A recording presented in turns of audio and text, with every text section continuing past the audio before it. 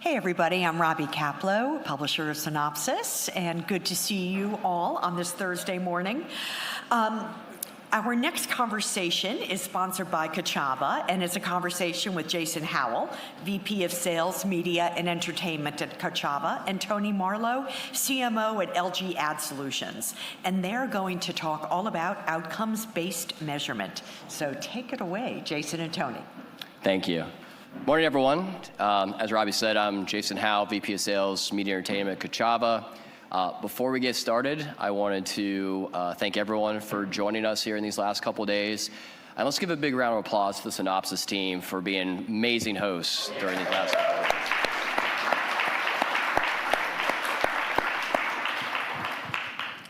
So as I was thinking about this presentation, Kochava has many great partners and clients. In fact, happy to see my friends from Sling and Dish out here today joining us. Welcome.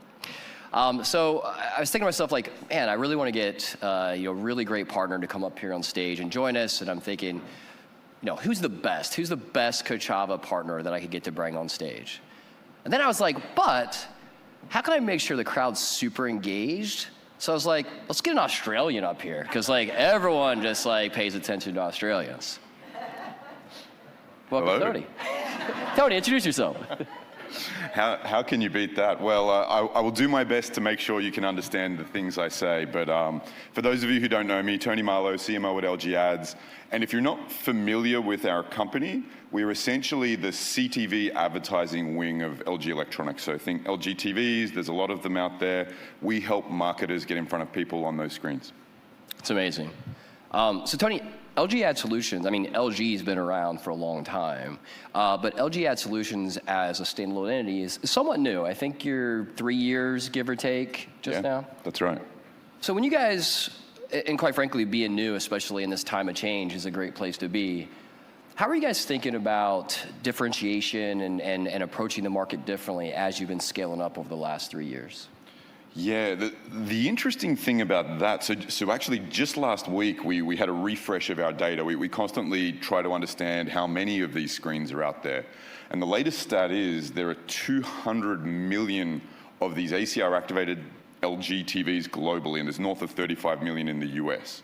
And so when you're saying, look, how are we thinking about this as a relatively nascent space? This ad-supported connected television space has not been around as long as the linear model. For us, one part is that scale, but the other part are the things that are afforded in connected TV. So I think many of us in this room are very familiar with advertising within linear environments, your 15s, your 30s.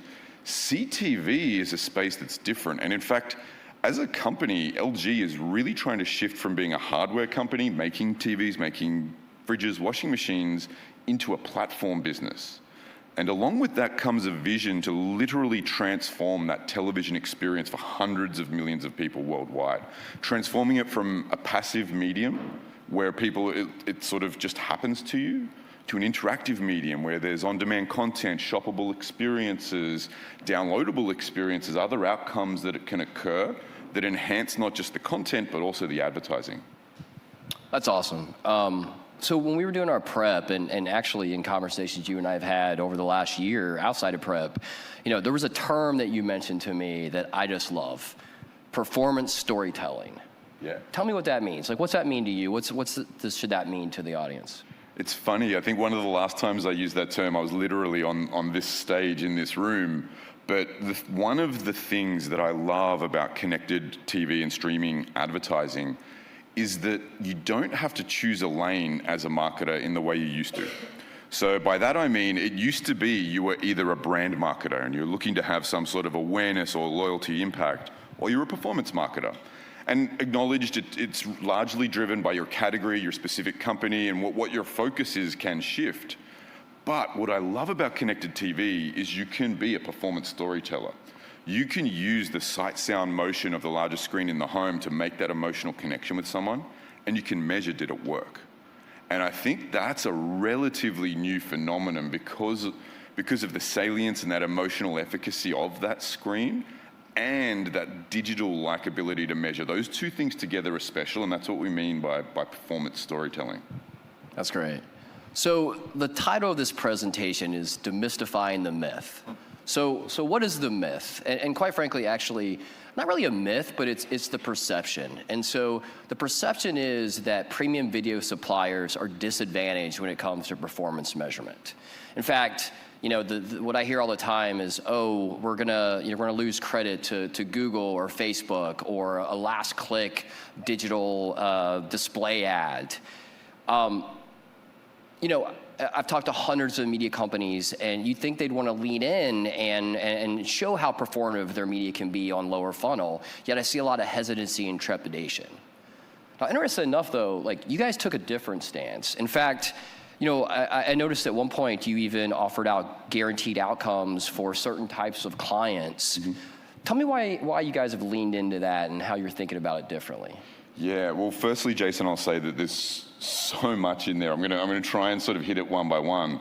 But it's funny that you sort of talk about this word demystifying. And I don't think in my career I've ever had to demystify anything before, yet in our space, I think there's a big list of things that need addressing. And so, I promise I will get to your question, but I think about, first of all, one myth that I commonly see that I think most people would deny, but I see it in action.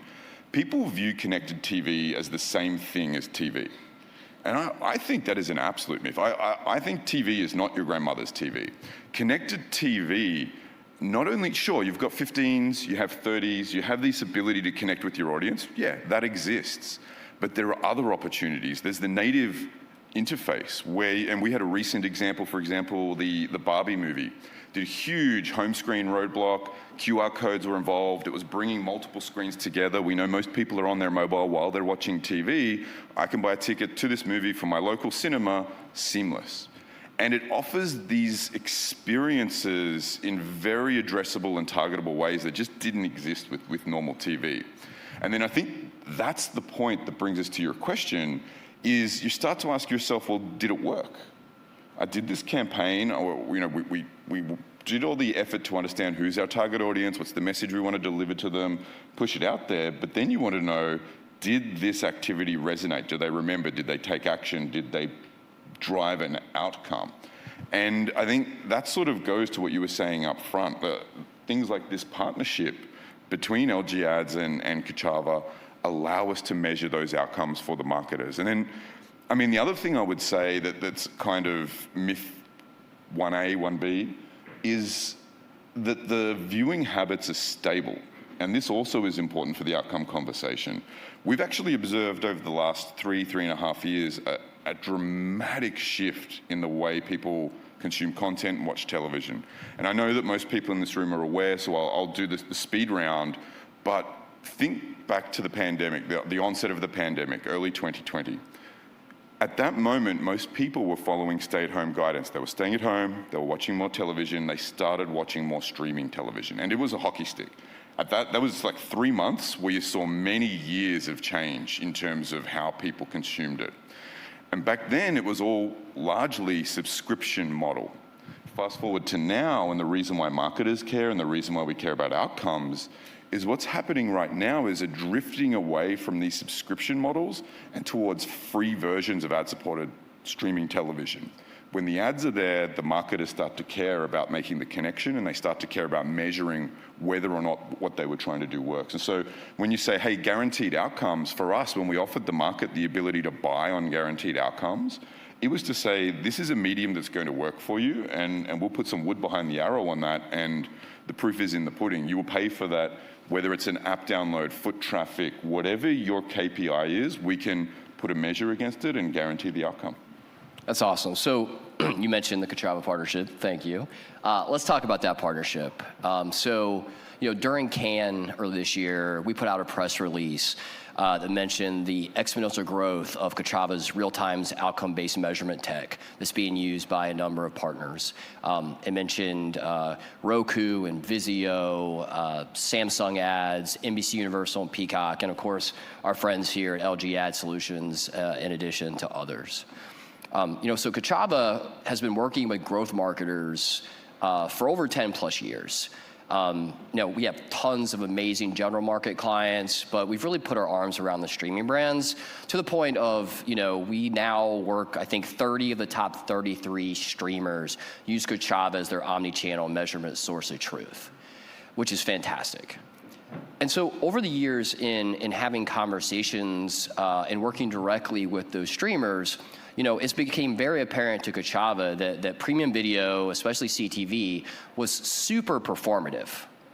But what also became apparent was that the current measurement ecosystem, especially for outcomes or for lower funnel and definitely around OTT apps or mobile growth, is not set up to effectively measure in that way. So we launched about 3 years ago what we call the Kochava Publisher Suite offering. It's a real-time outcomes-based measurement tech, which looks to work with premium video suppliers to make sure that they're credited in the proper way in the current ecosystem that growth marketers are used to, not asking them to add another measurement partner into the mix. So Tony, back to you guys. So our partnership's about a year old. You guys were doing this prior to partnering with Kochava's Publisher Suite, but why was it so important for you guys to partner and make sure that one, you were credited appropriately, but I think even more importantly, that you had that real-time insight to be able to optimize campaigns on behalf of your clients? Yeah, I think there are a couple of key words in what you said. So you sort of mentioned this notion of omni-channel. I think also the notion of having an independent partner be the source of truth, which is what you said, right? It's one thing if we tell you, hey, this thing was great, it worked awesome, and it's another if there's an independent, universally agreed upon method of evaluating, did this achieve the outcome that was desired? And I think for us, and no one wants me fumbling around the tech, so I'll just lean on our experts at our company who have evaluated the technology. We want partners who are best in class. We want methodologies that work really well, and we want the world to accept that the way this is being measured is an effective way. And so I think that was a real catalyst for not just our partnership, but any partner we choose. I think we like to have high standards and we like to work with the best. And so in doing so, it gives us exactly what we were talking about with your last question.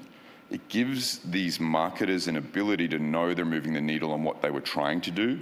It sort of goes toward demystifying the myth. I'm advertising on TV, I can't measure that one thing that I'm trying to do. You actually can now. And I think for all of those reasons, it's just incredibly important to us that we do it. And then before I hand back, I'll also say, I know not the core part of your question, but I do think that the omni-channel thing is an interesting part. That behavior, we did a study recently, I think it was 96%, basically everyone, they're on their mobile while they're watching TV. And they said they were doing social messaging, and then the number 3 thing was shopping. And so they're in this shoppable mode. So if you're trying to get someone to purchase, you're trying to get someone to be familiar with your latest offering, your latest line, your service, it's the perfect medium. It allows you to connect, it allows someone to act on their phone, and then our partners can measure it regardless of the screen of that activity. And I think that's pretty cool. Yeah, that's great. I think one of the other awesome things was, since we had the benefit of working with a lot of our streamer clients who are major partners of LG in the prior paradigm in this open current measurement system, and then working with them prior after implementing Kochava's real-time outcomes-based measurement tech, we're able to kind of see pre and post, and it was a 37% increase in credited conversions that you guys were able to receive after you made the switch. And it wasn't gaming the system. It was actually just treating you the way you should have been treated all along. And that's what Kochava is trying to do for the ecosystem, especially CTV. Just make sure that everyone's being credited fairly, and that marketers really are able to see how powerful that medium is in driving lower funnel. Yeah, I mean, and we've seen this conversation play out in other media, right? Where you start to talk about attribution, you start to talk about, well, should the last click get all the credit? And within these new media, having partners that can get ahead of that, having partners that know what the market needs to have the confidence to engage, and I think that's a great example. Awesome, thank you. So we're gonna end here on a couple takeaways. So actually, I'm going to throw it to you first. Why don't you give a main takeaway for the crowd here, and then I'll finish up. Main takeaway, the pressure is on. Well, aside from currently being very jet lagged and probably 80% coffee, I do think that, well, there are a couple. It's what I started to talk about up front. The shift has occurred, right? This shift from linear to streaming, from subscription streaming to ad-supported. But the shift will continue. And so that narrative up front was where we've come from. I would urge you all to think about, where are we going? What happens next? How can I have a shoppable experience that's embedded into the content and enhances the content rather than detracts from it? What are these things we can do to not only measure, but actually engage? And so I think we spend a lot of time not only like evaluating where we're at and where we've come from, but what's coming next. And when you do that, you can only try these new things. You can only experiment when you have the confidence of being able to understand through outcomes measurement whether or not it worked. And so I think over the next 12 to 18 months, there's going to be a huge opportunity for experimentation for marketers, for people who are in the measurement game, to treat TV in a very different way to how it's been treated. So I know maybe not a crisp point, but if I were to sum it, I would say we've come a long way, yet there's a long way to go. Awesome, that's great. So I'm going to do a couple as well. I'm going to split them out. So my main takeaway, first for the buy side, don't take no for an answer. Like, literally every streaming campaign, and quite frankly, a vast majority of linear and addressable can now be measured on outcomes. And not vanity metric outcomes like a website visit or an app download. I mean, no one really, the app download is just a means to an end. Ultimately, what McDonald's wants to do is get people to sign up for loyalty programs or order in the app. That can be measured. And so if your media partners aren't offering it, ask. And if they say no, ask again, because this can be done today. It's not the future, it is today. On the sell side, don't be afraid. Like lean in. It's a differentiator if you guys lean into this. And also, I hear this all the time, and it's like, well, we're already working with them, so like, there's no reason to bring that up. Well, you might be working with them, but unless you're working with both sides of investment, brand and performance, you're not really working with them. So if the answer is, well, we already work with them, then, and you don't really explore and find out, was there another agency? Are they handling performance budgets in-house? Then you're really missing the boat, and you're missing the chance for you to stand and be a differentiated media property compared to some of the others out there. And I mentioned this already, but I mean, every single QSR spot, every single one you see, the last thing they say is order in the app. Order in the app. It might have been from a brand budget, but they still say order in the app. And I promise you, like, this literally happened last night, so it's just like the timing is great. But our CEO was at a co-presentation with NBC Universal, and they were talking about the launch of Peacock and NBCU's real-time outcomes measurement tech. And the presentation was mostly educational, but also a little bit of like what this new offering is there. And at the end of it, the head of digital at KFC came up to Charles Manning, our CEO, and he said, I don't know if anybody else out there understood what the hell you were talking about, but I can tell you it made me super excited to spend more money with Peacock. And that's what Kochava is bringing to market. Thank you so much. Thank you.